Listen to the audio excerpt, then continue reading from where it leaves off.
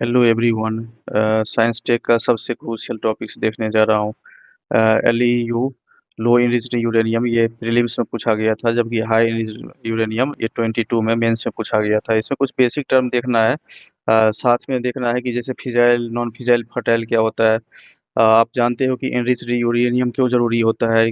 Because उस fuel efficiency बढ़ाना होता है। Enriched uranium is needed for electricity generation के लिए यूजुअली 3 टू 5% यूज़ किया जाता है एनरिच्ड यूरेनियम, जबकि न्यूक्लियर बॉम्ब के लिए enriched uranium more than 95% use किया जाता है।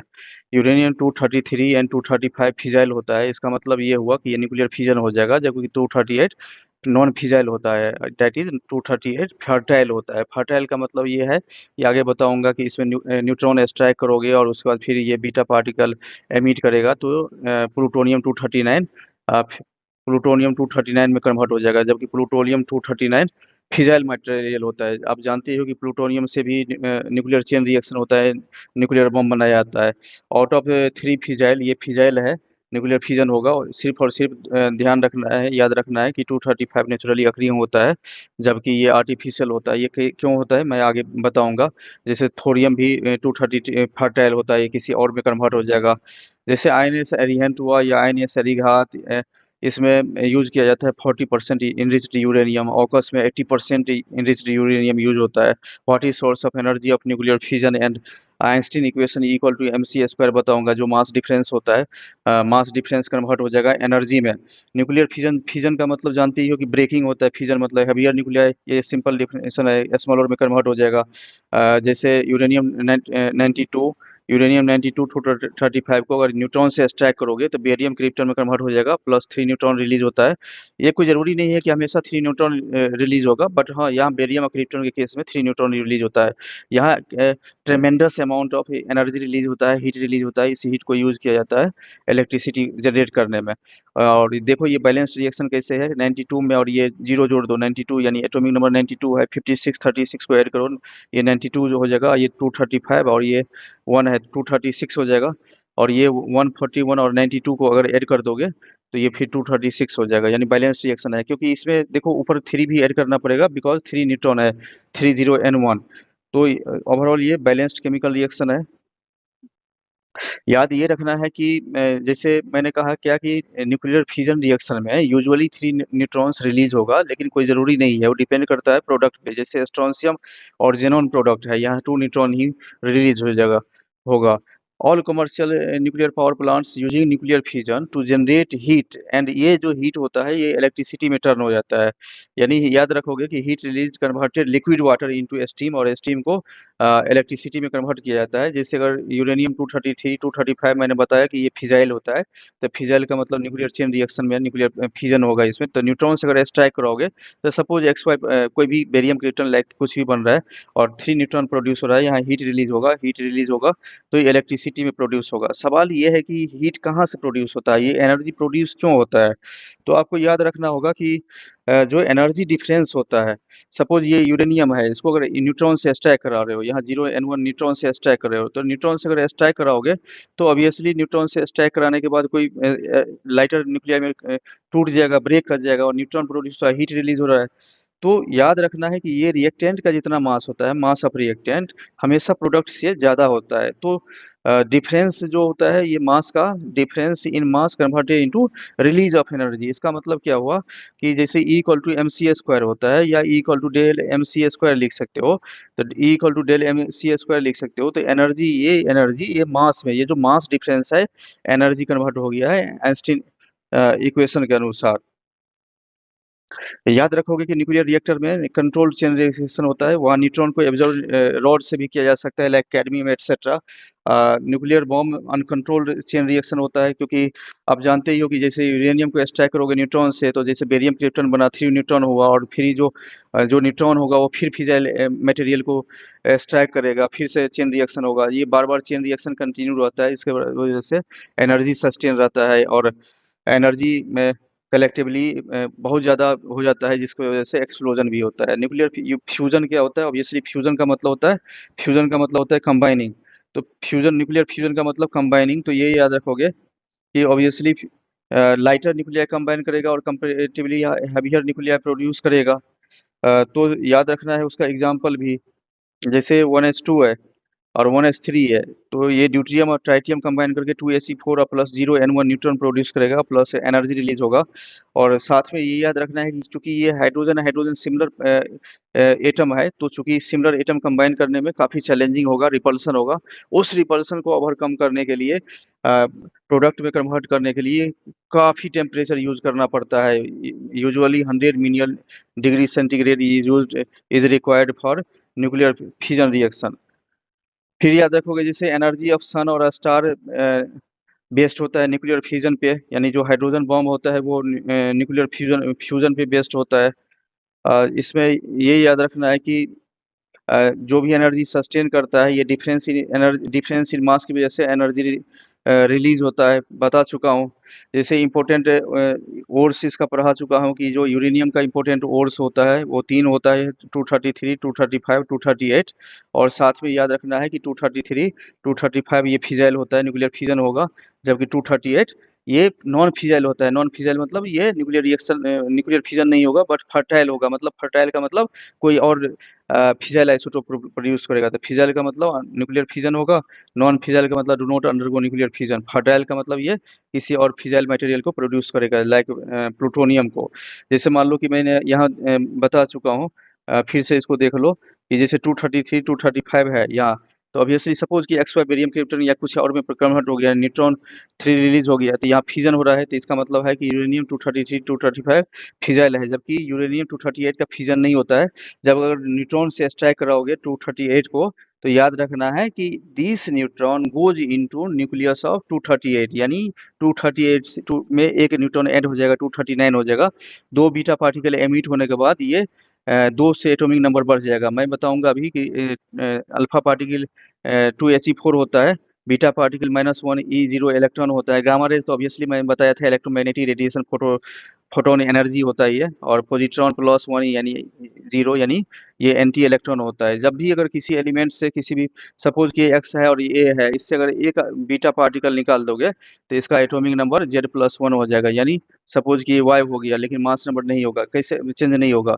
अब कहोगे कैसे, तो देखो ये -1 E0 इलेक्ट्रॉन है, तो किसी भी अगर जैसे एटॉमिक नंबर जेड है, तो जेड में से अगर एक इलेक्ट्रॉन निकालोगे, तो यानी एक -1 E0 -1 को माइनस करो, तो ऑब्वियसली ये Z+1 होगा। तो आप देख रहे हो कि यानी एटॉमिक नंबर एक बीटा निकलने से एक एटॉमिक नंबर बढ़ गया, जबकि यहाँ इसका 0 होता है, यानी 0 ए में से 0 माइनस करोगे तो मास नंबर में से ये कोई चेंज नहीं होगा। यानी when an element emits a beta particle, atomic number increases by 1 unit and mass number remains unchanged. जैसे अगर मान लो कि अगर अल्फा पार्टिकल है, तो अल्फा पार्टिकल का 2He4 होता है।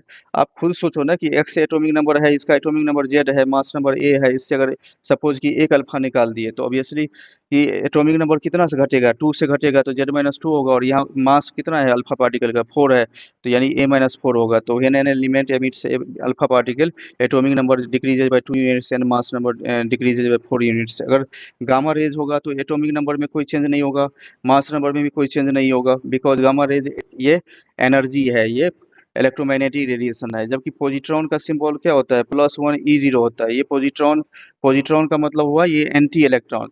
तो देखो एंटी इलेक्ट्रॉन का सिंबल क्या है, +1 0। तो सपोज कि एक्स एटॉमिक नंबर जेड है, मास नंबर ए है, इससे अगर एक पॉजिट्रॉन अगर एमिट करोगे, तो ऑब्वियसली क्या हो जाएगा कि ये सॉरी उल्टा मैंने यहाँ लिख दिया, यहाँ हो जाएगा ये जेड नीचे होगा, यहाँ जेड होगा, एटॉमिक नंबर ये होता है, मास नंबर ये होता है। तो ऑब्वियसली इसमें +1 E0 घटाओगे, तो ऑब्वियसली जीरो जेड माइनस में से अगर +1 घटाओगे तो जेड में से एक घट जाएगा। और यहाँ जीरो में से कोई भी, तो इसका मतलब है कि ये जेड में से एक घट जाएगा और मास नंबर में कोई चेंज नहीं होगा। तो कोई भी पॉजिट्रॉन पार्टिकल किसी भी एटम से एमिट होता है, तो एटॉमिक नंबर एक यूनिट से डिक्रीज कर जाता है। अब देखो इसका यूज कहाँ होगा, इसको समझो। जैसे मैंने बताया था कि प्लूटोनियम एक तो फिजाइल होता है। तो फिजाइल का मतलब क्या हुआ, फिजाइल का मतलब ये हुआ कि प्लूटोनियम प्लूटोनियम न्यूक्लियर फिजन देगा। ये तो बता चुका हूँ कि यूरेनियम और नागासाकी में ये प्लूटोनियम एटम बम। अब एक एक मिनट देखो, जैसे थोरियम है, तो थोरियम को स्ट्राइक करोगे, थोरियम को एक्सट्रैक्ट करोगे न्यूट्रॉन से, तो ये न्यूट्रॉन एब्जॉर्ब होगा न्यूट्रॉन में, ये थोरियम में है, तो 232 है तो 233 हो जाएगा, 233 हो जाएगा। अब 2 बीटा पार्टिकल निकलेगा, तो आपको बता चुका हूँ 1 बीटा निकलने से 1 एटॉमिक नंबर से बढ़ेगा, तो 2 बीटा से 2 एटॉमिक नंबर बढ़ जाएगा। तो देखो, मैंने वहाँ लिखाया था कि अभी अभी बताऊँगा अभी कि ये यूरेनियम 233 आर्टिफिशियल क्यों है? बिकॉज़ ये थोरियम से बनाया गया है यहाँ। थोरियम को से पहले उसमें न्यूट्रॉन को एक्सट्रैक्ट किया गया और फिर उसके बाद 2 बीटा निकलने के बाद यूरेनियम 233 में कन्वर्ट हो गया। इस वजह से ये अ, आर्टिफिशियल है। अब जैसे देख सकते हो कि ये जैसे यूरेनियम 233 अभी बताया हूँ कि 92 233 में चेंज हो गया, इसका मतलब ये आर्टिफिशियल है। सिमिलरली अगर यूरेनियम 238 को एक्सट्रैक्ट करो, तो यूरेनियम 238 को एक्सट्रैक्ट करोगे तो क्या हो जाएगा, एक न्यूट्रॉन एब्जॉर्ब करेगा, फिर उससे बीटा निकल जाएगा, तो ये प्लूटोनियम 239 में कन्वर्ट हो जाएगा। इसका मतलब ये देख रहे हो कि प्लूटोनियम 239 भी आर्टिफिशियल है। क्यों आर्टिफिशियल है? बिकॉज आप देख रहे हो कि प्लूटोनियम 239 ये बनाया गया है किससे? यूरेनियम 238 को जब न्यूट्रॉन से एक्सट्रैक्ट किया गया है। इट इज क्लियर दैट, यह स्पष्ट है कि फिजाइल 3 है जिसमें से यूरेनियम 235 233 और PU 239, out of 3 fissile only uranium 235 is natural occurring fissile, जबकि दूसरा 233 या प्लूटोनियम 239 आर्टिफिशियल होता है। जैसे इनरिच्ड यूरेनियम काफ़ी काफ़ी इंपॉर्टेंट होता है। इनरिच्ड यूरेनियम का क्या मतलब होता है कि जितना percentage enrichment uranium enrichment increase करेगा, उतना ही फ्यूल एफिशिएंसी इंक्रीज कर जाएगा। जैसे देखो, नेचुरल यूरेनियम है और नेचुरल यूरेनियम में ये 0.7% और सिर्फ 0.7% यूरेनियम 235 होता है, जबकि नेचुरल यूरेनियम में 99.3% होता है। जबकि आप जानते ही हो कि इनरिचमेंट ऑफ यूरेनियम में इसका यूरेनियम 235 का परसेंटेज बढ़ाया जाता है, तो ऑब्वियसली इसका परसेंटेज घट जाएगा। तो और सेंट्रीफ्यूज मेथड से किया जाता है, जिसमें डिवाइस का शेप सिलिंड्रिकल लार्ज होता है, काफ़ी लार्ज सिलिंड्रिकल होता है। याद रखोगे कि यूरेनियम 238 नॉन फिजाइल होता है बट फर्टाइल होता है। फर्टाइल का मतलब मैं पहले ही बता चुका हूँ कि ये प्रोड्यूस करेगा एनोदर फिजाइल, जैसे मतलब यूरेनियम 238 कन्वर्ट हो जाएगा प्लूटोनियम 239 में 239 में। सेंट्रीफ्यूज एक डिवाइस होता है जिसमें ध्यान रखोगे कि cylindrical very big cylindrical shape होता है। जैसे ये यूरेनियम नेचुरल यूरेनियम है, उसमें 235 और 238 है, तो ऑब्वियसली उसको अगर इनरिचमेंट करोगे तो इनरिचमेंट का मतलब ये हुआ कि परसेंटेज 235 का बढ़ेगा और 238 का परसेंटेज घट जाएगा। जैसे आप देख सकते हो कि सपोज मान लो कि एग्जांपल समझा रहा हूँ, सपोज किसी कंटेनर में किसी सिलिंड्रिकल वेसल्स में सपोज कि किसी कंटेनर में एक्स वाई का दोनों का मिलाकर 100% है। अगर सपोज कि इसमें से अगर दोनों का मिलाने के बाद मिक्सर का 100% है, तो वाई का परसेंटेज घटाओगे तो ऑब्वियसली एक्स का परसेंटेज बढ़ जाएगा।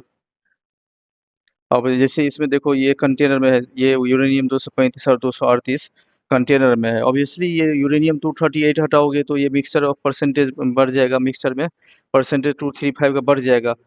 तो होता क्या है इसमें, सेंट्रीफ्यूज प्रोसेस में क्या होता है कि एक लार्ज, यहाँ देखो गौर से, यहाँ देखना, ये लार्ज सपोज कि ये सिलिंड्रिकल यू शेप वेसल है, सपोज कि ये सेंट्रीफ्यूज प्रोसेस में, तो ये नेचुरल यूरेनियम में जब सेंट्रीफ्यूज किया जाता है तो उसमें वेसल में सिलिंड्रिकल वेसल में यूरेनियम 235 और 238 235 238 ये वेपर फॉर्म में होता है।